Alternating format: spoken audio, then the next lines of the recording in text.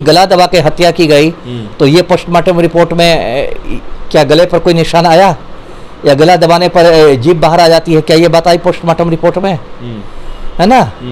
देखिए, जब तक पुलिस की थ्योरी बाकी तो चीजों, पुलिस जो कॉन्फ्रेंस की मात्र 3 मिनट ब्रीफ की है, जितना ही दुष्कर्म किया गया, गला दबा के हत्या कर दिया, इंद्रपुरी बराज में लाश फेंका गया साक्ष्य छिपाने के लिए, क्या ये ब्रीफ से काम चलेगा? नहीं चलेगा। दोस्तों नमस्कार। श्रेया के कातिलों का जो है अब जेल की सलाखों में जाना क्लियर हो गया, लेकिन श्रेया मामले में कई सारे दांव पेंच अभी भी दिखता नजर आ रहा है। जैसे कि बात करूं, जैसे पहले पुलिस ने पोस्टमार्टम रिपोर्ट के बाद सुसाइड की बातें कही, फिर 18 दिन के बाद खुलासा किया एसपी औरंगाबाद की उसके साथ दुष्कर्म किया गया, उसके साथ गला दबा के हत्या कर दी गई, फिर अल्टो कार में उसे इंद्रपुरी बराज में फेंका गया। ये एक राकेश कुमार नाम का जो कातिल है अपराध कबूल भी कर लिया है। इस पर में तमाम तरह की बातें आ रही है, और उसके बाद जो है 18 दिन के बाद पुलिस की अचीवमेंट कही जा रही है। अब बताऊं आपको कि इस पूरे मामले में जो पेंच अभी भी दांव पेंच है दिखता नजर आ रहा है। आईपीएस सर हैं अमिताभ दास सर, जो कि बताएंगे विस्तृत तरीके से, और कानून के भी कई सारे पहलू हैं, बताएंगे सर। प्रेस कॉन्फ्रेंस किया और दावा किया कि पुलिस ने इस केस को सुलझा लिया है, इस केस का उद्भेदन कर दिया है। अब जो पुलिस की थ्योरी है वो थ्योरी ये है कि ये श्रेया कुमारी का एक प्रेमी था, बॉयफ्रेंड था, रोहित नाम था। उसने इसको गेस्ट हाउस में बुलाया और उसके बाद इन लोग की मतलब नीयत खराब थी। उस लड़के ने 2 और लड़कों के साथ मिलकर इसका मतलब रेप किया, वो गैंग रेप वाली बात हो गई। और उसके बाद उन लोग को लगा कि अब ये फिर उन लोग को फिर फंसा ना दे, तो उन लोगों ने गला दबाकर श्रेया की हत्या कर दी और फिर एक अल्टो कार से लाश को ले गए और इंद्रपुरी डैम वाली नहर में फेंक दिया।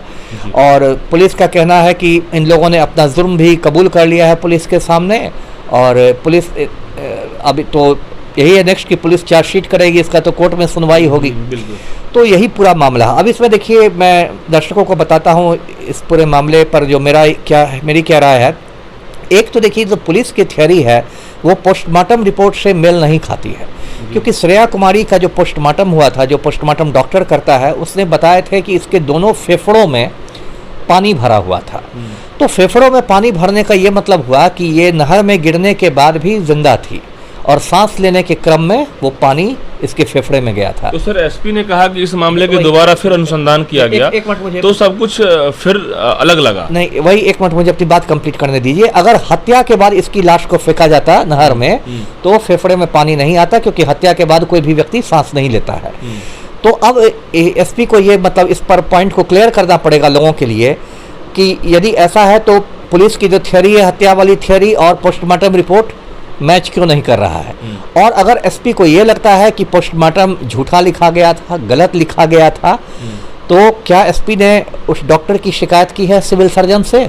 क्योंकि ये तो मतलब गंभीर गलती हो गई ना। अगर आप एक हत्याकांड को दबाने की कोशिश करते हैं तो ये तो गंभीर बात हुई, इसमें तो डॉक्टर को नहीं छोड़ा जा सकता है। तो क्या इसके लिए लिखित शिकायत की गई है डॉक्टर की? अगर नहीं की गई हो तो अब करना चाहिए। दूसरी बात फिर मैं आ रहा हूँ, वो ये कि इन लोगों ने कहा है कि सामूहिक बलात्कार किया गया, 3 लोगों ने रेप किया, गैंग रेप का मामला जिसको कहते हैं। और ये जो थी श्रेया कुमारी, ये तो विवाहित थी भी नहीं, इसको तो मतलब कुंवारी थी, वर्जिन थी। अब देखिए, पोस्टमार्टम में कुछ किसी भी लड़की का इस तरह का जब पोस्टमार्टम होता है तो उसमें ये भी इस बिंदु से भी देखा जाता है कि इसके साथ मतलब रेप हुआ था या नहीं, वो बिंदु भी देखा जाता है, देखा जाना चाहिए। लेकिन इस बिंदु पर जो मेरी जानकारी है, पोस्टमार्टम रिपोर्ट ने चुप्पी साधी हुई है, उसमें कुछ नहीं कहा गया है। तो फिर ये भी एक पॉइंट आता है कि अगर ऐसा गैंग रेप हुआ था तो वो पोस्टमार्टम रिपोर्ट में क्यों नहीं आया, है ना। ये भी एक पुलिस के थ्योरी पर सवाल उठाता है। और तीसरी बात जो एसपी कह रही है, वो कह रही है कि इन तीनों लोगों ने अपना जुर्म कबूल कर लिया है पुलिस के सामने। तो मैं दर्शकों को बता दूं कानूनी स्थिति क्या है कि पुलिस के सामने जुर्म कबूल करने का न्यायालय में कोई महत्व नहीं है, वो न्यायालय में मान्य ही नहीं है। क्योंकि पुलिस तो किसी को 10 डंडे मारेगी, टॉर्चर करेगी, तो कोई निर्दोष आदमी भी सारे जुर्म कबूल कर लेगा मार खाने से बचने के लिए, साक्ष्य के हिसाब से। जी, इसलिए अब तो सीआरपीसी बदल गया, कल ही से 1 जुलाई से उसकी जगह आ गया है भारतीय नागरिक सुरक्षा संहिता।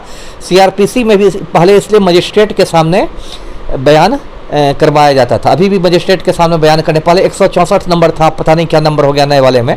तो इस तरह से होता है, इसलिए बाकी साक्ष्य भी आपके मजबूत रहने चाहिए। क्योंकि कल मान लीजिए पुलिस तो चार्जशीट कर देगी, अब अपना पुलिस काम खत्म कर दी कि मेरा काम खत्म हो गया। लेकिन जब कोर्ट में सुनवाई होगी तब तो बचाव पक्ष ये रखेगा उन लोगों के लिए, अभियुक्तों के लिए, कि भाई इन लोगों को तो पीट पीट कर इनसे जुर्म कबूल करवाया गया था। और यदि पुलिस के पास बाकी साक्ष्य नहीं मजबूत हो, मान लीजिए मोबाइल का चैट किसी तरह का या बाकी फॉरेंसिक साक्ष्य नहीं हो, तब तो ये केस जो है ये पुलिस का नहीं टिक सकेगा कोर्ट में और वो लोग फिर बरी हो जाएंगे। जी, बड़ी हो जाएंगे जी। लेकिन सर पुलिस यदि दावा कर रही है कि मेरे पास साक्ष्य है, तब जाकर ही प्रेस कॉन्फ्रेंस की है, तो फिर तो उनके पास कुछ तो होगा। नहीं, ठीक है, कुछ तो होगा ही। देखिए क्या होता है, मेरा जो अपना निजी अनुभव है, पूरे हिंदुस्तान में क्या स्थिति हो गई, पुलिस पर इतना ज़्यादा राजनीतिक दबाव रहता है रिजल्ट देने का कि कुछ करके दिखाओ, तो इसलिए कई बार पुलिस खाना पूरी भी कर देती है। मतलब अपना कहते हैं ना, अपना पिंड छुड़ाने के लिए अरे चार्जशीट खींच खाँच के कर दो, तो है ना। कि सर अननोन आदमी को तो पकड़ लेगी, तो ये कोई आसान काम तो है नहीं। तो आसान काम तो नहीं है। मैं ये नहीं करा कि इस केस में निर्दोषों को पकड़ा गया है, लेकिन कई बार पुलिस खाना पूरी करती है ऐसे भी 2-4 लोगों को अंदर करके, है ना। और मैं दर्शकों को बता दूं कि इस वजह से हिंदुस्तान का कन्विक्शन रेट मात्र 1% है। इसका ये मतलब हुआ कि यदि पुलिस 100 चार्जशीट डालती है, 100 लोगों को चार्जशीट करती है, उसमें सिर्फ 1% को अदालत दोषी मानती है, बाकी 99 बाइज्जत बरी हो जाता है। इसी से पता चलता है कि पुलिस का जो चार्जशीट होता है वो कितना कमजोर होता है।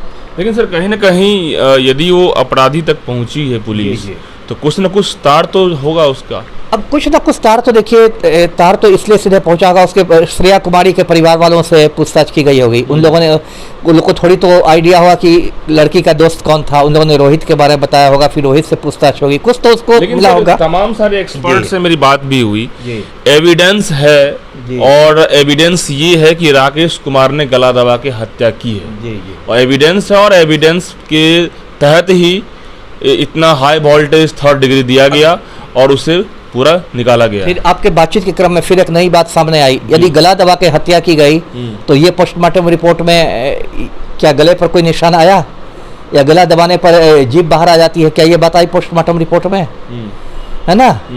देखिए जब तक पुलिस की थ्योरी बाकी तो चीजों इसमें क्या आपको लगता है कि आपको, सर आप लोग तो सीनियर हैं, पुलिस जो कॉन्फ्रेंस की मात्र 3 मिनट ब्रीफ की है, जितना ही दुष्कर्म किया गया, गला दबा के हत्या कर दिया, इंद्रपुरी बराज में लाश फेंका गया साक्ष्य छुपाने के लिए, क्या ये ब्रीफ से काम चलेगा? नहीं चलेगा। वही मैं कह रहा था कि नहीं चलेगा, है ना। पुलिस के साथ इतना बड़ा जो कहीं ना कहीं हृदय विदारक है, आप सीधे यूं ही कह लेंगे कि 3 मिनट में? बिल्कुल बिल्कुल। देखिए क्या लग रहा है, ये नहीं चलेगा। मतलब देखिए पुलिस ने तो एक समझा दिया है कि पुलिस ने क्यों किया है। पुलिस ऐसा कई बार करती है कि जिससे मामला ठंडा हो जाए, मेरे सर पर से मामला हट जाए, क्योंकि ये मुद्दा देखिए ये हो गया था पुलिस। लेकिन सर मामला ठंडा हो जाए, मामला हट जाए, मतलब कि सिर्फ फांसी हो जाए, अरे बाबा यहाँ पे तो तर्क वितर्क की बात होनी जरूरी है ना सर, कि दोषी एक्चुअली में है या फिर इस तरह से उस लड़के के साथ हादसा हुआ तो क्यों हुआ, तमाम तरह की, यदि हादसा हुआ है तो आगे ना हो हादसा, यदि ऐसे मतलब कि क्रूअल, नहीं सही कहा आपने, सही कहा, वो आनी चाहिए। लेकिन देखिए पूरा देश का जो सिस्टम है, पूरा देश का जो सिस्टम है वो कोलैप्स कर गया।